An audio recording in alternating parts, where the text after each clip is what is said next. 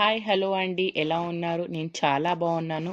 మీరు కూడా అంతే బాగుండాలని కోరుకుంటూ ఇవాల్టి వీడియో అయితే చూసేద్దామండి. ఇవాల్టి వీడియో వచ్చేసరికి ఈ చికెన్ బిర్యానీ అండి. సో ఈ వీడియో యొక్క స్పెషాలిటీ ఏంటంటే ఇది నేను హోటల్ బిర్యానీ పాయింట్స్ వాళ్ళ దగ్గర ఈజీగా టేస్టీగా వాళ్ళు ఎలా చేస్తారో ఆ రెసిపీని నేను మీతో షేర్ చేస్తున్నాను. సో ఈజీగా త్వరగా అన్నాను కాబట్టి మీకు ఇంకొక పాయింట్ కూడా ఇక్కడ షేర్ చేసుకోవాలనుకుంటున్నానండి. సో మనం వీకెండ్స్లో ఎక్కువగా బిర్యానీ ప్రిఫర్ చేస్తాం, అవునా కాదా అండి? సో ఫ్యామిలీ అంతా మనం వీకెండ్స్లో టుగెదర్ అయి తినడానికి ప్రిఫర్ చేస్తాం. కానీ బిర్యానీ చేయాలంటే ప్రాసెస్ పెద్దది, టైం అంతా దాంట్లోనే పోతుందని చాలామంది బయట నుంచి తెచ్చుకొని తింటూ ఉంటారు.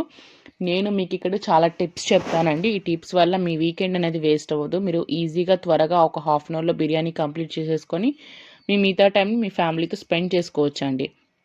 సో అందుకోసమే ఈ వీడియో అనమాట. అలాంటి ఈజీ టిప్స్ అండ్ ట్రిక్స్తో మీ ముందుకు వచ్చేసాను అనమాట ఈ వీడియోతో.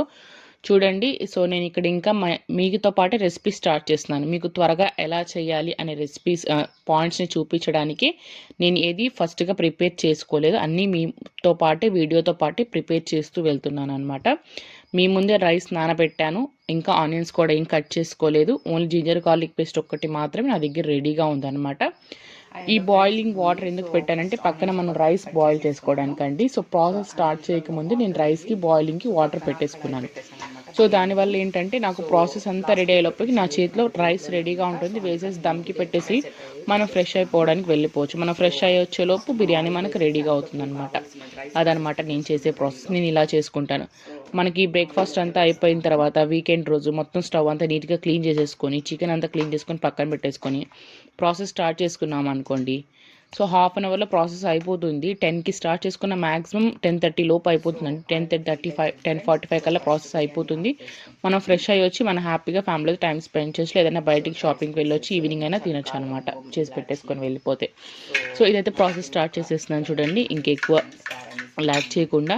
సో అందరికీ తెలిసిందే కదండి, ఆయిల్ తీసుకున్నాను. సో వాటిలో కావాల్సిన మనకి మసాలా దినుసులు అన్నీ వేసేసుకున్నానండి. మీరు ఎప్పుడైనా కానీ కొంతమంది దీనివల్ల మనకి యూజ్ ఏముందిలేనని చెప్పేసి ఆయిల్ హీట్ అవ్వకముందు వేసేస్తారండి. అలా వేయమాకండి, ఆయిల్ హీట్ అయిన తర్వాత వేయండి. ఆయిల్ హీట్ అయిన తర్వాత మాత్రమే వాటి ఫ్రాగ్రెన్స్ అనేది ఆయిల్లోకి వస్తుంది అనమాట మనకి.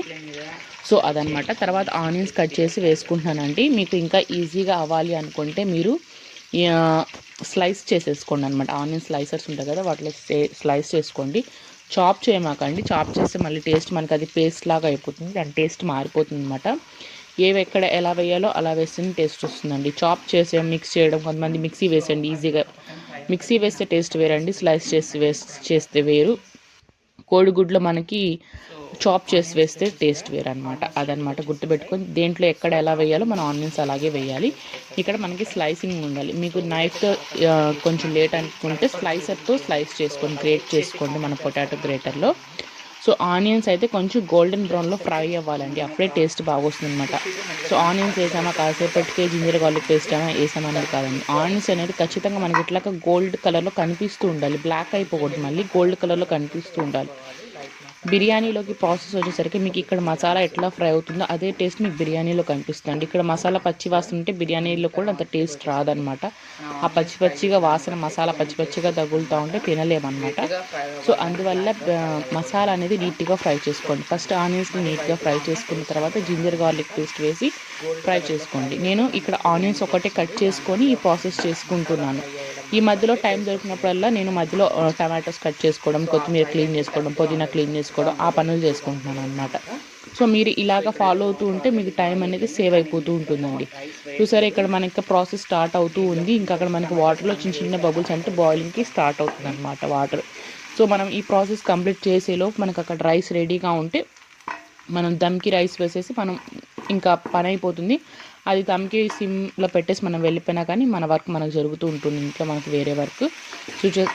ఆనియన్స్ అయ్యేలోపు నేను టమాటాస్ కట్ చేసి రెడీ చేసి పెట్టుకున్నాను. సో ఆనియన్స్ కూడా వేసేసి 1 టేబుల్ స్పూన్ సాల్ట్ వేసేస్తున్నాను ఫస్ట్, ఎందుకంటే మనకు టమాటోస్ అనేది మగ్గిపోవాలి కాబట్టి దానికోసం ఫస్ట్ సాల్ట్ వేసేసానండి.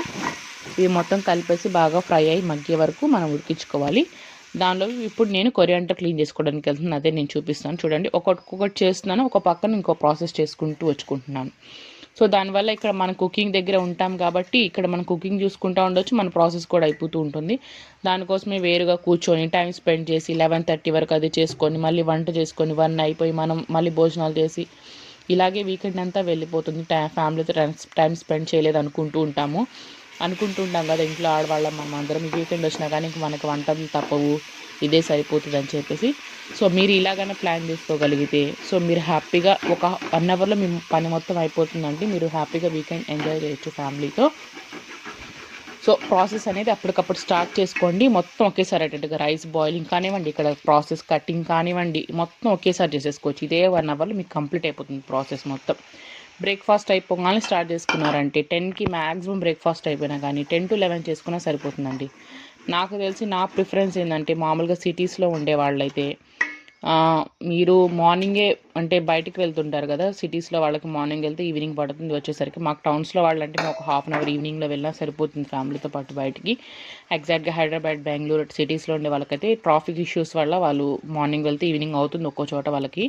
సో దానివల్ల మీరు మార్నింగ్ బ్రేక్ఫాస్ట్కి ప్రిపేర్ చేసేసుకున్నారు అనుకోండి, ఎవరు లేకముందు హాయిగా పిల్లలు ఫస్ట్ డే బ్రేక్ఫాస్ట్లో బిర్యానీ అంటే చాలా ఇష్టంగా తింటారు. సో వీకెండ్లో ఒకసారి కాబట్టి నాట్ ఏ ప్రాబ్లం అండి. దీంట్లో కూడా మనం ఎక్కువ ఆయిల్ యూస్ చేయట్లేదు కాబట్టి హ్యాపీగా ఇవ్వచ్చు మీరు. ఇదే బ్రేక్ఫాస్ట్ లాగా చేసేసి 10 కల్లా ఇన్ని వెళ్ళిపోయారంటే మీరు బయట తినాల్సిన అవసరం కూడా ఉండదండి ఫుడ్. ఒకవేళ ఏదైనా మిగిలినా కానీ క్యారీ బ్యాగ్ తీసుకొని క్యారీస్ చేసుకొని వెళ్తే మీరు బయట పిల్లలు కూడా పెట్టుకోవచ్చు హాయిగా. ఇంకా బయట ఫుడ్ తినాల్సిన అవసరం ఉండదన్నమాట. సో దానివల్ల మీకు మనీ సేవ్, టైం సేవ్, ఇక్కడ ఇంట్లో ఫ్యామిలీతో టైం స్పెండ్ చేయడానికి టైం దొరుకుతుంది. మొత్తంగా ఈజీగా అయిపోతుంది ఇలా ప్రాసెస్ చేసుకొని మీరు ప్లాన్ చేసుకోగలిగితే. సో నా టిప్స్, ఐడియాస్ నచ్చినట్లయితే ఒక లైక్ చేసి కామెంట్ చేస్తారు. మీరు వీడియో ఎక్కడి నుంచి చూస్తున్నారు అనుకుంటున్నాను. సో నాకు కొంచెం ఎంకరేజ్మెంట్గా ఉంటుందండి. సో నాకేంటంటే వీడియోస్ చేయాలి, నేను నేర్చుకున్న వేరే వాళ్ళకి చెప్పాలి, యూస్ఫుల్ అవ్వాలని ఒక ఇదనమాట. సో అది నచ్చింది అనుకుంటున్నాను. ప్రాసెస్ అయితే మీరు చూస్తున్నారు కదా, ఆల్మోస్ట్ చికెన్ బిర్యానీ ప్రాసెసేనండి. ఇక్కడ కొన్ని టిప్స్ ఫాలో అవుతున్నా, అదే మనం వాటర్ బాయిల్ చేసుకోవడం. తర్వాత ఇంకో 2-3 టిప్స్ చెప్తాను ఈ వీడియో ఎండింగ్లో మీకు చేస్తూ. ఇక్కడ నేను ఏం చేశానంటే టమాటోస్ వేసిన తర్వాత కొత్తిమీర, పుదీనా, పెరుగు అవన్నీ, కారం మసాలా, గరం మసాలా అవన్నీ వేసేసానండి. మనకి ఏమేమి ఎంతెంత కావాలో మీ ఫ్యామిలీ స్పైస్ని బట్టి వేసుకోవచ్చండి. ఇదేం పెద్ద ఇది కాదు ఇక్కడ నుంచి. సో మనం చేసుకున్న తర్వాత ఇక్కడ చూసారా, ఇక్కడ ఏం చేయాలంటే అండి, చికెన్ వేసిన వెంటనే చికెన్ బిర్యానీకి చికెన్ మనకి విడిపోతుంటుంది బోన్ పీసెస్లోంచి. అలా విడిపోకుండా ఉండాలంటే ఒక ఫస్ట్ టిప్ ఏంటంటే మీరు హైలో ఎప్పుడు కుక్ చేయండి. చికెన్ వేసిన తర్వాత మంటని మాత్రం సిమ్ చేయమాకండి. ఖచ్చితంగా సిమ్ చేయకుండా హై ఫ్లేమ్లో పెట్టేసేసి 1 or 2 minutes మాత్రమే హై ఫ్లేమ్ మీద చికెన్ ఉడకాలి. దాని తర్వాత మీరు రైస్కి బాయిలింగ్ హాట్ వాటర్ పెట్టుకున్నారు చూడండి, ఆ హాట్ వాటర్ ఒక గ్లాస్ దీంట్లో వేసేయండి. వేసేసి ఒక లెమన్ స్క్వీజ్ చేసేసి స్టవ్ ఆఫ్ చేసేయండి అంతే. ఇంకా దీన్ని ఉడికి మాకండి. ఇది ఒక టిప్ అండి. ఇలా చేస్తే మనకి చికెన్ అది విడిపోదు అనమాట బోన్ నుంచి పీసెస్గా. చికెన్ కూడా చాలా సాఫ్ట్గా కుక్ అవుతుంది. ఒక్క 1 minute అంటే 1 minute హై ఫ్లేమ్ మీద చికెన్ ఉడకాలి. దాని తర్వాత ఒక గ్లాస్ ఈ హాట్ వాటర్ దాంట్లో వేయాలి. ఒక లెమన్ స్క్వీజ్ చేసేసి మన సాల్ట్ అదంతా ముందే చెక్ చేసేసుకోవాలి. చెక్ చేసుకొని వదిలేయాలి.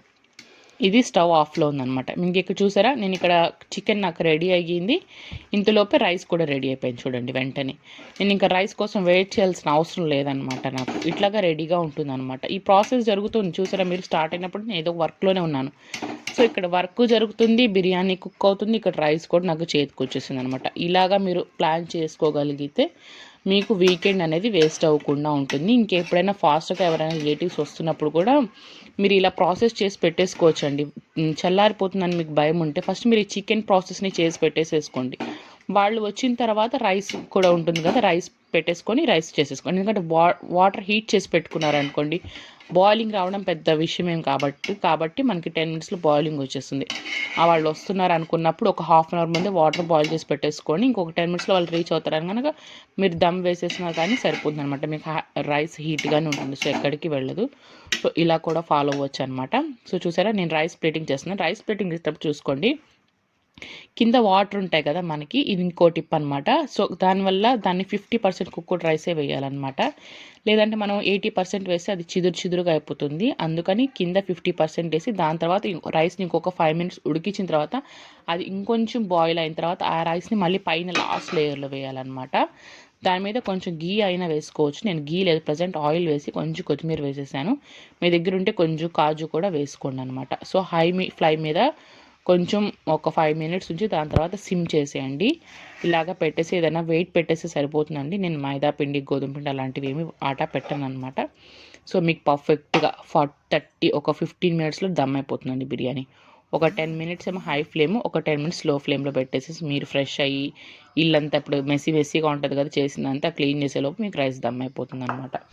ఇది ఈజీ రెసిపీ అనుకుంటే మీకు నచ్చినట్లయితే నేను చెప్పిన వీడియోలో ఏదైనా పాయింట్స్ నచ్చకపోయినా కామెంట్లో తెలియజేస్తారని అనుకుంటూ ఇంతటితో సమాప్తం. సో ఫస్ట్ టైం చూసిన వాళ్ళైతే ఛానల్ సబ్స్క్రైబ్ చేసి బెల్ ఐకాన్ ప్రెస్ చేస్తారని అనుకుంటున్నాను. Thank you so much. Bye. Have a good day. Have a good day weekend.